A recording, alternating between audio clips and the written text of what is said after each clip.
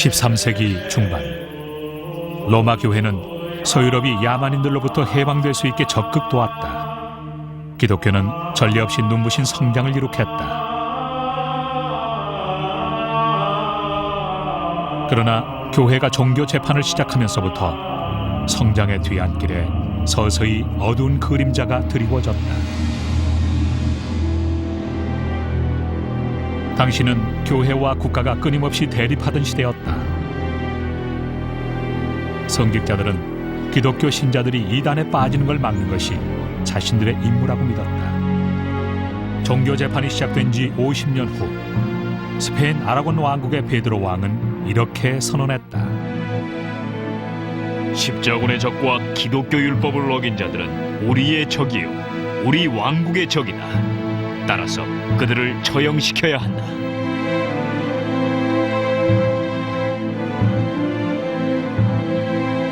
종교 재판으로 유럽 전역에 어두운 그림자가 드리워졌다. 유럽 여러 나라 통치자들이 모른 척하는 동안 소위 종교 재판은 아무런 제재도 받지 않고 도를 넘어서고 있었다. 최악의 종교 재판이 벌어졌던 이베리아 반도에선 이슬람 세력들을 몰아내려는 국토 회복 운동이 벌어지고 있었다.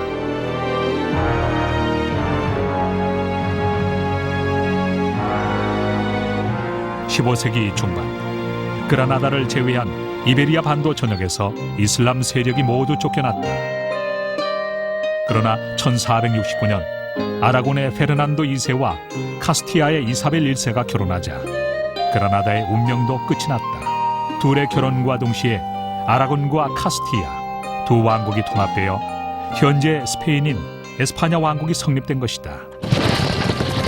1492년 콜럼버스가 신세계를 향해 항해를 시작하기 몇 개월 전 페르난도와 이사벨의 군대가 그라나다를 정복했다. 이로써 거의 1000년 만에 처음으로 서유럽에서 이슬람 통치 세력들을 모두 몰아냈다. There were some periods where Spain was the most tolerant country anywhere in Western Europe and probably anywhere in the Mediterranean, where Christians and Muslims and Jews lived together, people intermarried. There was no sense that somehow, if you are a Muslim or if you're a Christian, you have to be out. 그러나 페르난도와 이사벨은 정치적 통일뿐만 아니라 기독교의 깃발 아래 하나로 통일된 스페인을 원했다. 둘은 목적을 달성하기 위한 수단으로서 기독교를 이용했다. 이렇게 해서 스페인의 종교 재판이 시작됐다. It's a way to unify Spain and make it a centralized state. Hitherto, Iberia had been split up into different kingdoms. Now it was to be one kingdom, and it had to have a common ideology. And that meant that you couldn't tolerate deviance in the same way as before. 1492년 유대인들은 개종을 하든지 아니면 스페인을 떠나라는 요구를 받았다. 같은 날 콜럼버스는 대서양을 건너 동쪽으로 항해를 시작했다. 수천 명의 유대인들도 몇 세대 동안 살았던 터전을 뒤로하고 항해를 시작했다. 개종하고 스페인에 남은 유대인들은 거의 모두 종교 재판을 받았다. 10년도 채 못 돼서 이슬람 교도들도 개종할 것인가 아니면 추방될 것인가 하는 문제를 놓고 어려운 선택을 해야 했다. 종교 재판에서 많은 사람들이 희생된 대가로 페르난도와 이사벨은 하나의 교회, 즉 가톨릭 교회를 중심으로 스페인을 통일할 수 있었다. 이 시점에서 종교 재판은 그 영향력을 상실한 듯이 보였다. 그러나 로마 교회를 위협하는 새로운 무리가 서서히 등장하고 있었다. 자칭 개혁자라고 불리던 일련의 사람들이 기독교 역사상 가장 혁명적인 종교개혁의 불씨를 퍼뜨렸다. 기독교에서 이제 막 위대한 신학혁명의 불길이 솟아오를 즈음 독일에선 기술혁명이 일어났다. 이 두 가지 혁명의 불꽃은 한데 뒤섞여 인류 역사의 한 페이지를 장식하게 된다.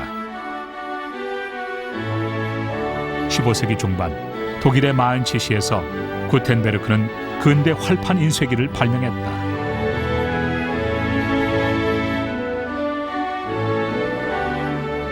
최초로 인쇄된 책들 중엔 성서도 있었다. 이제 누구나 좋은 책을 직접 손에 넣을 수 있게 됐다. 근대 활판 인쇄기가 발명된 지 75년 후 영국에서 윌리엄 틴데일은 누구나 읽을 수 있는 쉬운 영어로 신약 성서를 간결하면서도 생생하게 번역했다. 이것은 1526년 인쇄됐다. People can now read for themselves, and it's not a very big step from the idea that you can read for yourself to the idea that you have to interpret what you've read, and now you can think for yourself. 모든 사람들이 인쇄술의 발달을 환영한 것은 아니다. 그때까지 라틴어 성서뿐이었기 때문에 성서는 전적으로 교육받은 성직자들의 것이었다. 따라서 교회는 성서가 각각의 모국어로 번역되는 것을 두려워했다. 결국 틴데일은 말뚝에 박혀 화형당했다.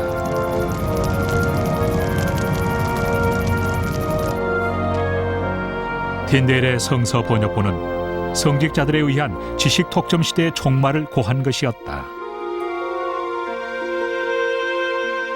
독일에서 또 다른 사람이 이번엔 독일어로 성서를 번역하고 있었다. 그러나 이 남자는 자신의 번역본 성서보다도 훨씬 더 유명해졌다. 그의 이름은 마틴 루터였다. 1517년 10월 31일 위령의 날 하루 전날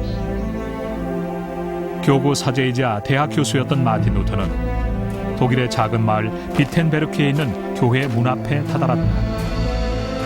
그는 가톨릭 성직자들의 면죄부 판매에 반대했다. 당시 마인츠의 대주교는 로마의 성 베드로 성당 재건축 비용을 마련하기 위해서 교회 면죄부 남용을 적극 후원하고 있었다. 면죄부는 돈 주고 사는 일종의 속죄 증명서였다. An indulgence technically means the substitution of one penance for another. But by Luther's time, it had become corrupted because the church simply said you can make a financial contribution and that will suffice in place of certain penances. 루터는 교회의 심장부에 비수를 들이대면서 종교개혁의 서막을 알렸다. 그는 비텐베르크 성교회문에 95개조 논제를 써서 붙였다. 독일의 한 작은 마을에서 시작된 종교개혁으로 기독교의 새로운 분파인 프로테스탄트 교회가 성립됐다.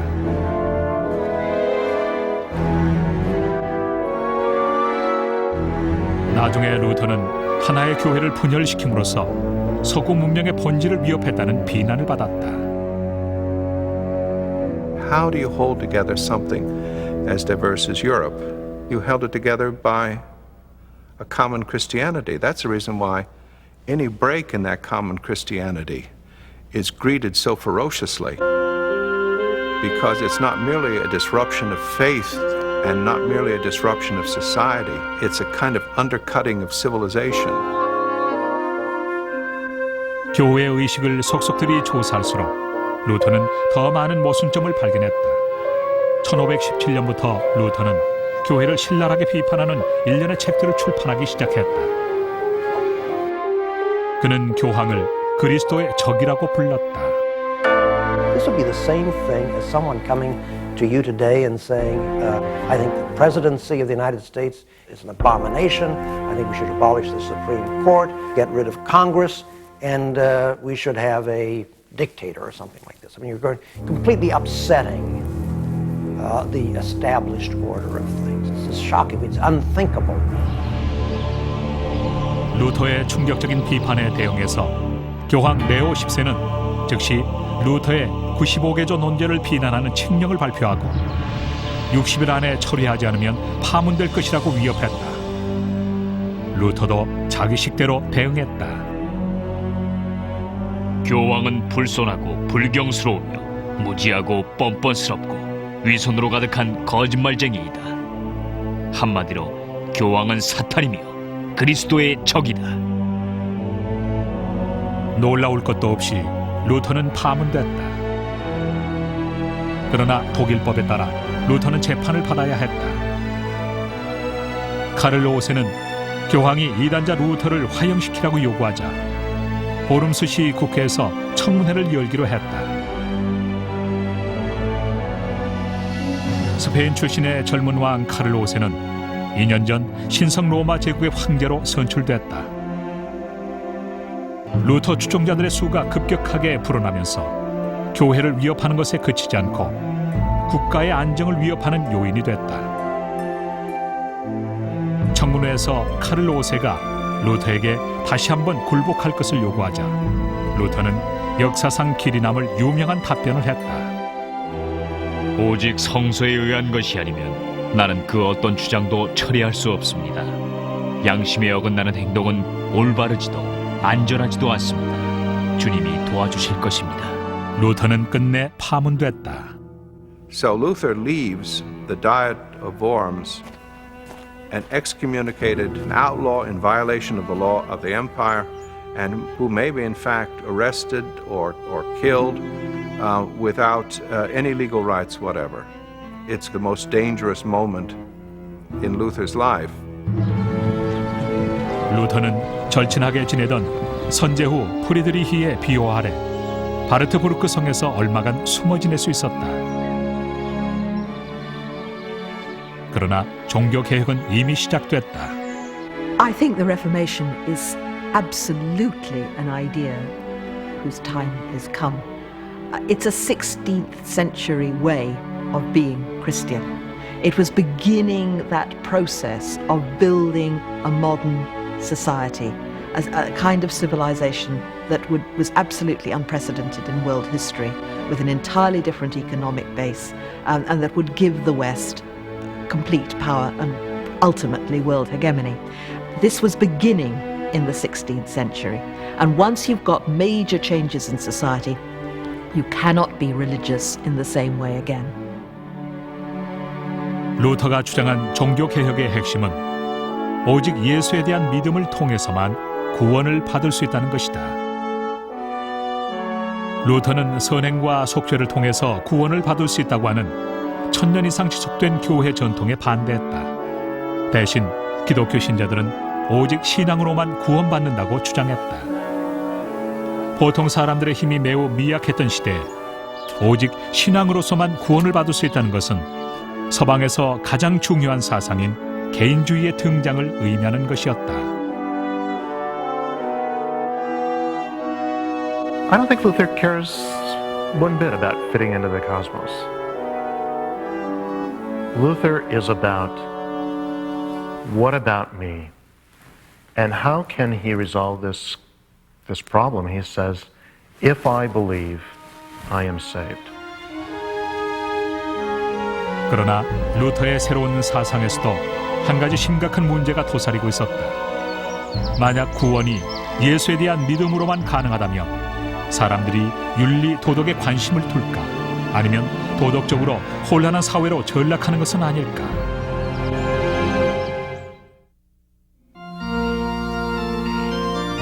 (1530년경) 마틴 루터의 프로테스탄트 종교 개혁이 서유럽 전체로까지 퍼졌다. 루터의 사상은 당시 시대적 분위기와 맞아떨어졌다. 교회는 많은 사람들에게 부패한 권력자처럼 보였고 평범한 기독교인들의 요구엔 무관심한 듯이 보였다. 하루아침에 수십만 명의 사람들이 로마 교회와의 인연을 끊고 루터를 따랐다.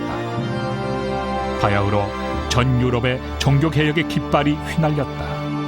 The fact that it breaks out at Cambridge and Oxford, it breaks out in today's Scandinavia, it's in northern France, all over northern Europe and into Central and Eastern Europe, suggests that the seeds were there all along, the seething was there, the urgency for change, the political openings were there. 많은 사람들이 루터의 사상을 채택했고 몇몇 사람들은 루터의 사상을 더욱 발전시켰다. 그 중에서도 가장 영향력 있는 사람은 장 칼뱅이었다. 프랑스 북부 출신인 그는 종교개혁에 동참하기 위해서 제네바로 갔다. 제네바에 살던 로마 가톨릭 교도들은 모두 추방됐고 제네바는 가톨릭 교회와 결별을 선언했다. 그러나 당시 제네바는 도덕적으로나 구조적으로 방향성을 잃고 매우 혼란스러웠다. 장 칼뱅은 처음부터 엄격한 개혁을 추진하려 했다. Compared to Luther, Calvin seems to be kind of colorless. He's a diminutive man with a great many health problems. 칼뱅은 신권 정치를 이상적으로 보고 유토피아적인 기독교 사회를 꿈꾸었다. 그는 신의 은총이 깃든 도시로 만들기 위해서 로마 교회 대신 정치 권력과 신권이 공존하는 지방 정부를 조직했다. 시민들은 엄격하게 신앙 생활을 해야 했고 도박이나 음주, 춤추는 것들은 모두 금지됐다. 곧 제네바는 생산적이고 경건한 프로테스탄트 개혁의 모델이 됐고 귀족과 농민 사이에 새로운 계층인 중산층이 형성되기 시작했다. Part of what Protestantism is about and why it becomes popular is that there is this new opening for what might be called a middle class. That unprecedented numbers of people are now going to be able to move into a quasi-capitalist society and move out of becoming peasants. And that is one of the fueling engines of Protestantism and modernism more generally. 일반인들에게까지 엄격하게 신앙 생활을 요구하는 과정에서 적지 않은 문제점이 발생하기도 했다. 주변의 친구들과 이웃들을 감시하는 것이 도덕적이고 종교적인 규율을 지키는 하나의 수단으로 발전한 것이다. 자신의 저술서인 그리스도교 강요에서도 한번 언급했듯이 칼뱅에게도 해결할 수 없는 문제가 있었다. 마틴 루터처럼 칼뱅도 기독교 신자들은 오직 신앙으로만 구원받을 수 있다고 했다. 그렇다면 어떻게 사람들에게 선행을 유도할 수 있을까? If this world and investing in it makes no sense, then you're going to have a very hard time justifying to yourself or to anybody else why you should do this and not that. 칼뱅의 해결책은 절묘했다. 그는 몇몇 사람들만이 구원을 받고 나머진 지옥에 떨어진다고 했다. 그러나 누가 구원될지는 아무도 모르고 신만이 알 뿐이다. 여기서 또다시 문제가 발생한다. 인간의 삶은 미리 예정된 것이고 신만이 그것을 알 수 있다면 우리 인간은 각자의 자유의지를 어떻게 발휘할 수 있을까? It seems that this would lead to a sense of fatalism, and you would just throw up your hands and say, well, it's already decided, so what can I do? It had actually the opposite effect. Calvinists, wherever they were active, were extremely energetic, extremely busy in changing the world, in making names for themselves and their society. And it's connected to this sense of being part of God's plan. If you were saved, then you would be successful and effective in being an instrument and vehicle of God. If you were a complete loser and immoral, it would be unlikely. And this is why I think of Calvin as the guy who sort of saved it all. Because Calvin says, you have a vocation in the world. You have to do a certain thing in the world. And it's by working that vocation out that you work out your salvation. And now the world is reinvested again as a place where it's a cosmos. 서방에서 기독교 교리가 발전하는 동안 동방교회의 운명을 결정짓는 중요한 사건이 일어났다.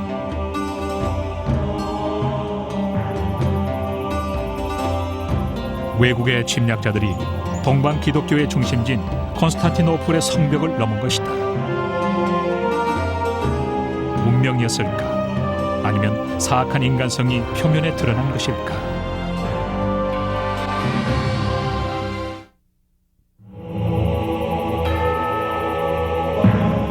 프로테스탄트 종교 개혁이 서방 교회의 권위를 위협하는 동안 동방 교회 또한 쇠퇴 길로 접어들었다.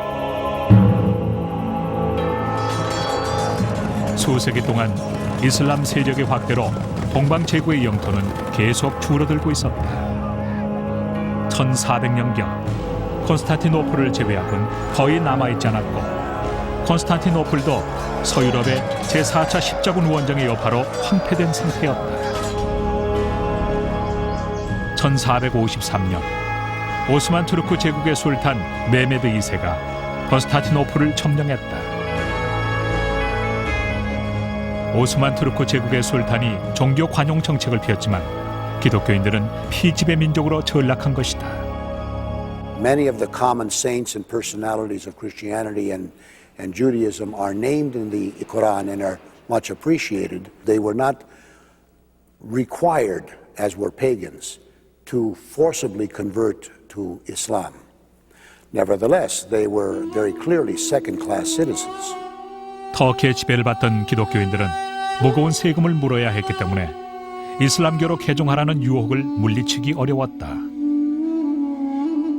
게다가 당시엔 이슬람 교도들에게 기독교 신앙을 설교하는 것이 엄격하게 금지됐다. 교회는 몰수됐고 모스크로 바뀌었다. 동방교회의 수도로서 제2의 로마라고 불리던 콘스탄티노플은 이제 더 이상 위대한 기독교 전통의 중심지가 아니었다.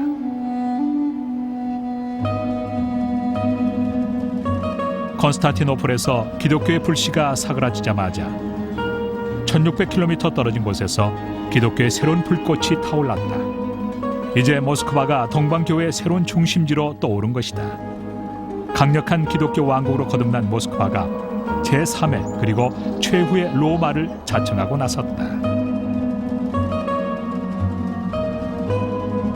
모스크바 교회는 태양보다도 더 밝게 전 세계에 빛을 밝혔다. 두 개의 로마가 몰락했지만 제3의 로마는 영원히 건재할 것이다. 수도사 필로티우스. 이슬람 세력이 기독교 제국의 중심지였던 콘스탄티노플을 점령한 이후 러시아 교회만 번영한 것은 아니었다. 많은 피난민들이 콘스탄티노플을 떠나 서쪽으로 이동했고 그 중에 상당수가 이탈리아에 정착했다. 예술가들을 비롯한 많은 지식인들의 물결이 인류 역사상 가장 위대한 문화 운동인 르네상스를 이끌었다.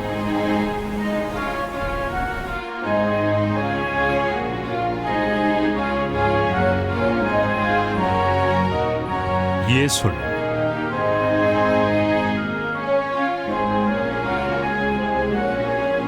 건축, 르네상스의 영광은 그 자체로 장엄했다. 르네상스는 새로운 시작을 의미했다.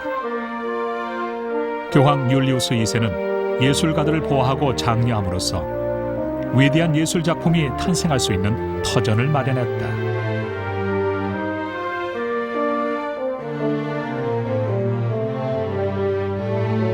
라파엘로는 바티칸 궁전에서 프레스코 벽과 아테네 학당을 완성했다.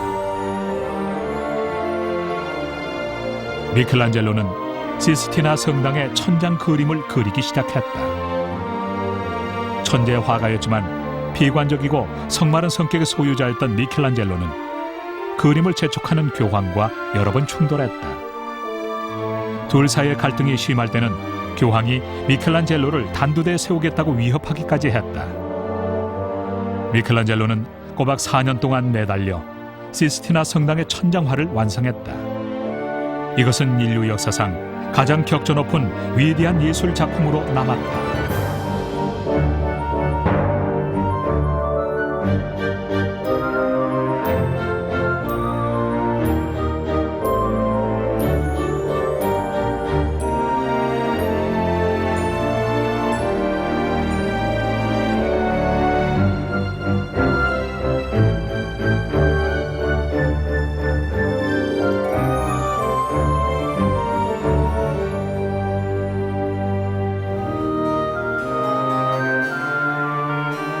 르네상스 시대의 과학을 비롯해서 철학, 종교 또한 크게 발전했다.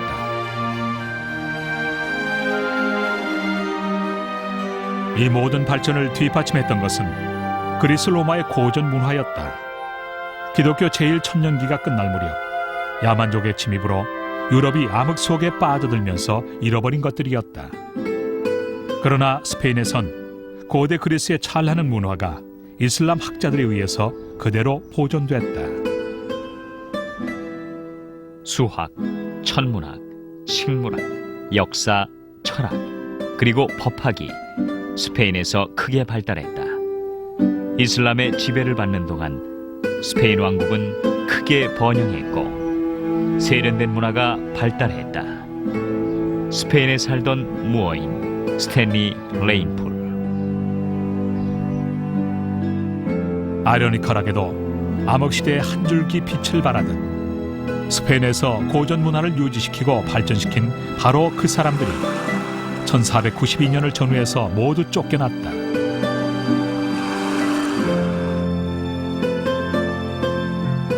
그들은 아랍계 이슬람교도인 무어인들이었다. 위대한 고전 문화의 보고는 아랍 문화를 배우기 위해서 이슬람의 중심지인 스페인으로 모여든 유럽의 수도사들에 의해 재발견된다. 이렇게 콘스탄티노플이 오스만 투르크에게 점령된 이후 많은 학자들이 서쪽으로 이동해서 이태리에 정착하고 스페인으로부터 고전 문화의 유산이 이태리 동쪽으로 흘러들어오면서 본격적으로 르네상스가 시작됐다. Spain became the conduit of much of Islamic civilization. Christians came from as far away as Scotland, France and Italy to study Arabic, philosophy and theology. 특히 고대 그리스 철학은 이슬람 학자들을 통해서 전성기를 맞이했다. 그의 이름은 아리스토텔레스. 그의 철학은 최근에 생겨난 과학에 심오한 의미를 부여했다. 아리스토텔레스의 논리학은 유럽인들로 하여금 내면 세계의 명상으로부터 바깥 세상으로 나와 주변 세계를 관찰하도록 유도했다. 그 결과 갑자기 자연 과학이 크게 발달했다. There was a great change. And I suppose that you could even say that Western technology is ultimately grounded on the work of those scholars who went from France to Spain to bring back a result. 스페인에서 그리스 고전 문화를 재발견함으로써 특히 갈레노스와 히포크라테스 저작들의 영향을 받아 의학이 크게 발전했다.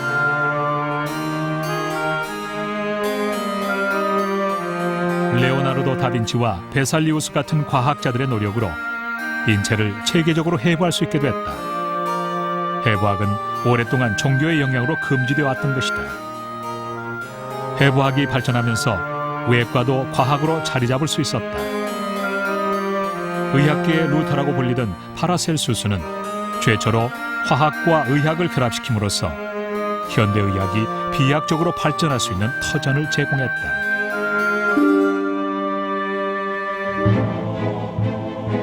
기독교의 가치를 보존한다는 명목으로 교회와 국가는 종종 힘을 합쳐서 과학의 발전을 억압했다.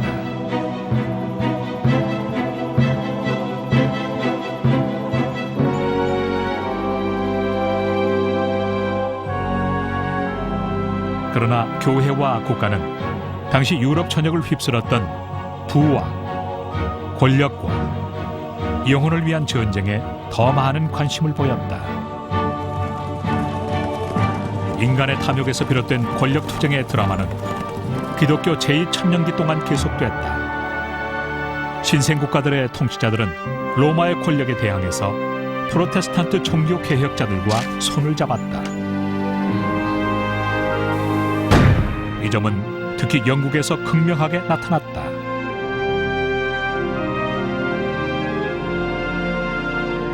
Of course, England is the obvious example of the importance of nationalism in this whole process, where Protestantism comes about so that Henry VIII can divorce his wife. 교회와 국가 간의 싸움은 교황의 가장 믿음직한 동맹자였던 영국왕 헨리 8세로부터 불거져 나왔다. 당시 교황은 독실한 가톨릭 신자였던 헨리 8세에게 신앙의 수호자라는 존칭까지 주었다. 그러나 1533년 그는 교황에게 이혼을 허락해달라고 요청했다. 헨리 8세는 왕위를 넘겨줄 아들을 간절히 원했다. 그러나 아라곤 출신의 캐서린 왕비와의 사이엔 아들이 없었다. 그는 궁녀인 앤 볼레인과 사랑에 빠졌고 그녀는 곧 임신했다. 헨리 8세는 앤 볼레인과 비밀리에 결혼식을 올렸다. 태어날 아이를 서자로 만들지 않기 위해서 왕비와 이혼을 해야 하지만 이것은 가톨릭 교회법에 어긋나는 일이었다. 헨리 8세는 교황에게 간절히 호소했고 그러는 과정에서 절친한 친구의 죽음과 성인의 탄생으로까지 이어지는 여러 사건의 불씨를 제공했다.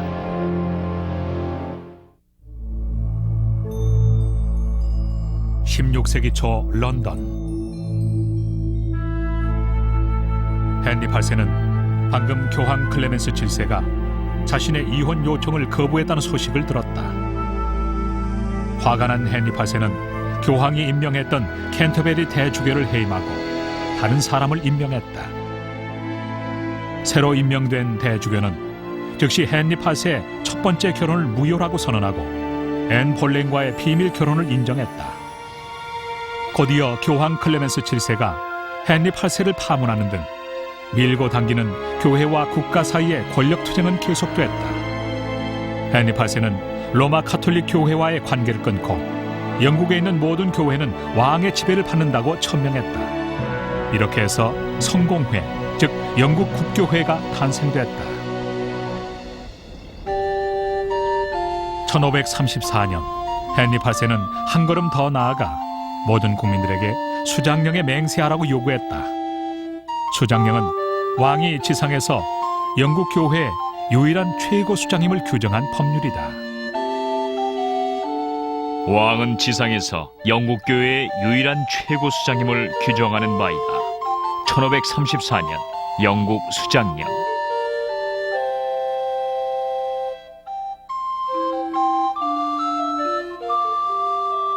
헨리 8세와 교회와의 권력 싸움은 또 다른 결과를 낳았다. 당시 법률가이자 작가였던 토마스 모어는 헨리 8세로부터 두터운 신임을 받았다. 그러나 그는 헨리 8세의 행동을 인정하지 않았다. 누가 뭐라고 해도 난 내 소신을 지킬 것이다. 윌리엄 로퍼의 토마스 모어의 인생 중에서. 토마스 모어는 헨리 8세가 앤 볼레인과 결혼하는 것에 반대했다. 게다가 헨리 8세 수장령에 맹세하는 것도 거부했다. 헨리 8세는 그를 반역죄로 런던 탑에 가두었다.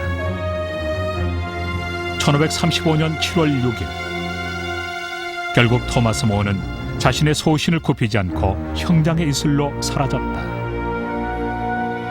이 모든 사건에도 불구하고 앤 볼레인은 헨리 8세에게 아들을 낳아주지 못했다. 그녀 또한 11개월 후 단두대에서 처형됐다. 헨리 8세는 친구도 잃고 명예도 잃었다. 그리고 영국 국교회가 탄생했다. 정확히 400년 후 토마스 모어는 교황 피우스 11세에 의해 성인으로 추대됐다.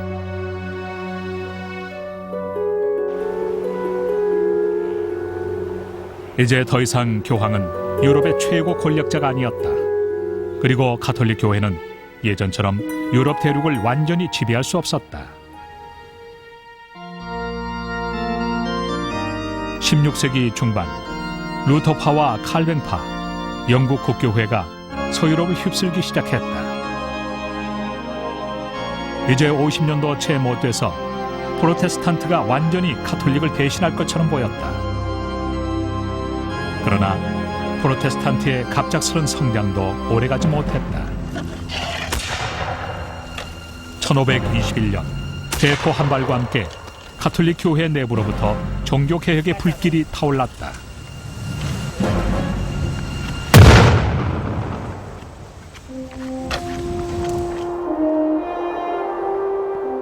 스페인 쪽 피레네 산맥 자락에 프랑스 국경에서 남쪽으로 40km 떨어진 아름다운 도시 팜플로나.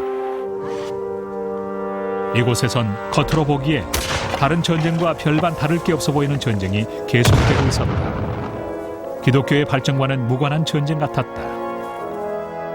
한창 전쟁이 벌어지는 중에 병사 한 명이 포탄에 맞아 크게 다쳤고 동시에 한 청년의 야심도 산산이 부서졌다. 그의 이름은 이그나티우스 대 로욜라였다.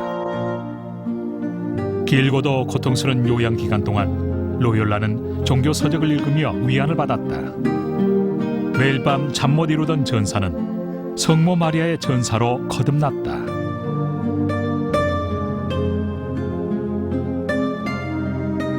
He decided that since he couldn't serve his lady the queen, he will serve his lady the queen of heaven. And so at a very late age, he began studying theology, and he gathered around himself a group of people who were equally devout. 이미 30대로 접어든 로욜라는 예전에 군인으로서 전쟁에 쏟아붓던 그때 열정 그대로 신학 연구에 몰입했다. 그의 목표는 예수의 땅에서 살아가는 것이었다. 1522년 성지를 향해 떠난 로욜라는 바르셀로나에 잠시 머물렀다. 예전에 그가 여왕의 제단 앞에서 밤새 무릎을 꿇었던 곳이다.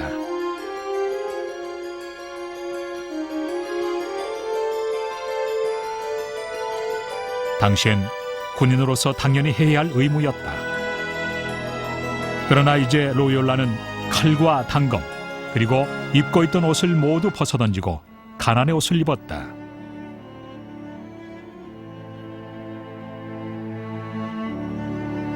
그 후 10년 동안 로욜라는 명상에 몰두하며 영신수련이란 책을 썼다. 이 책은 일반 신자들로 하여금 개개인의 역할을 깨달을 수 있게 도와주는 책이다. 로욜라가 프로테스탄트 종교 개혁의 영향을 받아 개인의 신앙생활을 강조한 것으로 보인다. 그러나 로욜라는 엄격한 가톨릭 신자였다. If you think of Calvin and Loyola as these two people who take Luther's basic turn to the individual, but they sort of help it out by saying, yes, you are an individual, but you still have to play a role in this big cosmos and society. Then you see this radically, what I think of as a radical reinvention of Christianity. 바르셀로나에서 2년을 보낸 후 로욜라는 신학대학에 있는 알칼라로 갔다. 그곳에서 그는 신학을 연구하고 아이들을 가르치는 데 온 힘을 기울였다.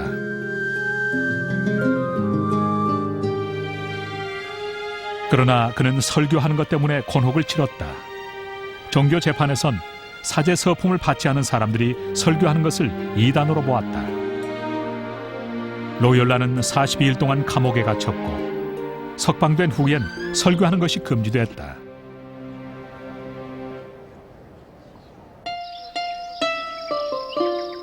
로욜라는 이에 굴하지 않고 프랑스로 건너가 성직자가 되기 위해서 신학 공부를 시작했다. 로욜라는 라틴어를 배우기 위해서 어린 학생들 사이에서 라틴어 문법 수업을 듣기도 했다.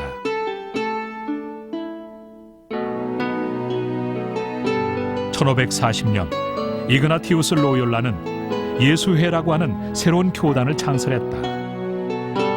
그는 똑똑하고 헌신적인 최고의 젊은이들을 모아 기독교 교회 역사상 가장 활동적이고 가장 지대한 공헌을 한 새로운 교단을 이끌었다.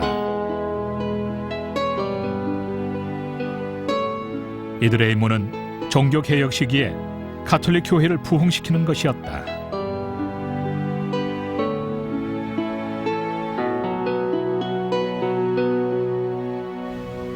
시칠리아 섬의 작은 마을에 학교를 세운 것을 시작으로 그들은 유럽 전체 예수의 대학을 설립했다. 얼마 안 가서 예수회는 가는 곳마다 커다란 영향력을 행사했고 16세기가 끝나갈 무렵엔 프로테스탄트가 더 이상 확산되는 것을 막을 수 있었다. 예수교의 헌신적인 노력으로 인해 프로테스탄트로 개종했던 상당수의 유럽인들이 다시 가톨릭 교회로 돌아왔다. There were people who thought, well, the Protestants have gone too far. They've thrown away the baby with the bath.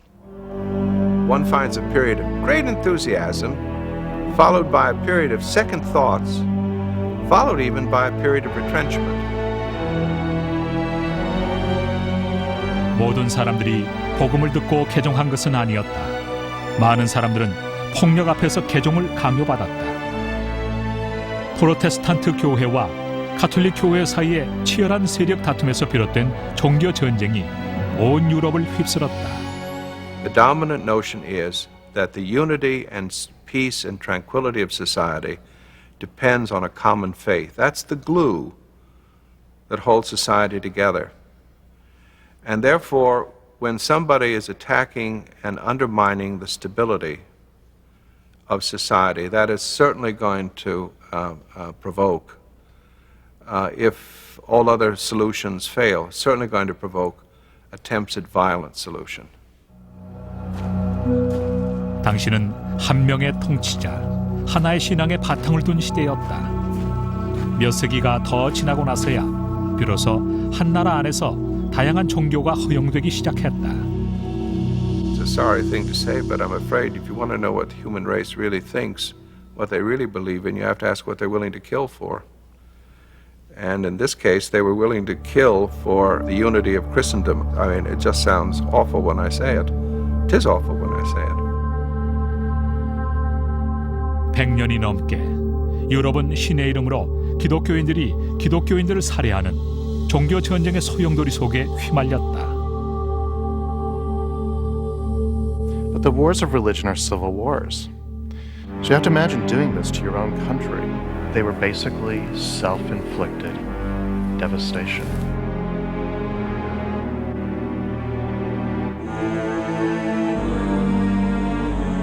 지칠 대로 지친 상태에서 전쟁은 끝이 났다. 1650년경 전쟁으로 피폐된 유럽에선 여전히 두 개의 신앙으로 분리돼 있었다.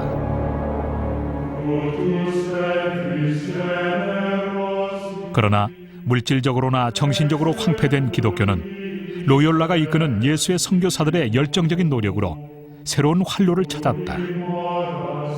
로마 가톨릭 교회는 기독교 제2천년기 후반기에 커다란 변화를 겪었다.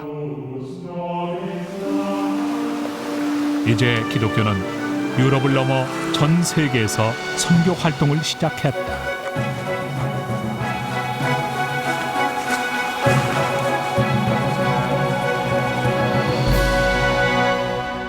To lumen, to splendor patris, to spec perennis omnium, intende quas fundam preces, tui per orbem famum.